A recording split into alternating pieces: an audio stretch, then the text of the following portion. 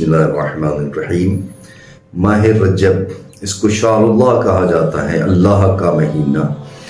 तो ये हमारे लिए गनीमत है। खुदावंद आलम ने एक दफ़ा फिर हमें तौफीक अता फरमाई कि माह रजब को हमने पाया और इसकी बरकतों से इस्तिफादा हासिल करें। ये बहुत ही बाबरकत महीना है।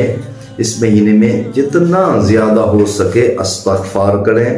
क़ज़ा नमाज़ें हैं तो वो बजा लाएँ, अगर क़ज़ा रोज़े हैं खुदा न खास्ता तो वो इस माह रजबुल मुरज्जब में रखें, ताकि एक तो माह रजबुल मुरज्जब की जो फजीलतें हैं उनसे भी हम इस्तिफादा हासिल कर सकें, और दूसरा हमारी जो क़ज़ा रोज़े हैं वो भी अदा हो सकें। ये बहुत ही बाबरकत महीना है। इस महीने में जितना भी इंसान गुनाह की कायद व बंद में गिरफ्तार है, इन अय्याम में वो बंदा अपने आप को आज़ाद करा सकता है। इसमें 2 रकात नमाज आपको बतानी है माह रजब और मुरज्जब की।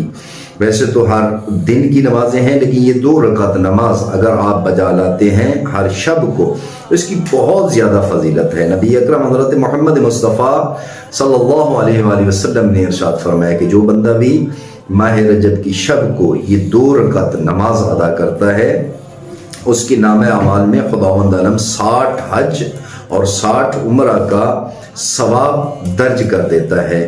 और इसके अलावा ज़िंदगी में कोई भी दुआ है जो कबूल नहीं हुई, वो इस 2 रकात नमाज की वजह से उस बंदे की दुआएं भी कबूल हो जाती हैं। तो पूछा कि या रसूलल्लाह वो नमाज किस तरह है? 2 रकात नमाज पढ़नी है।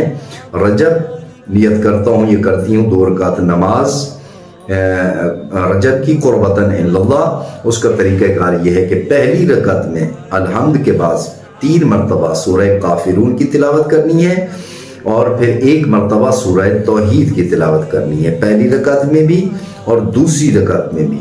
उसके बाद हाथों को उठा ले, दुआ मांगे हैं, परवरदिगार तू रहमान है, तू रहीम है, तू करीम है, तू ही मालिक है, तेरे सिवा और कोई माबूद नहीं, तो इससे बढ़कर कोई कवि नहीं, कोई ताकतवर नहीं।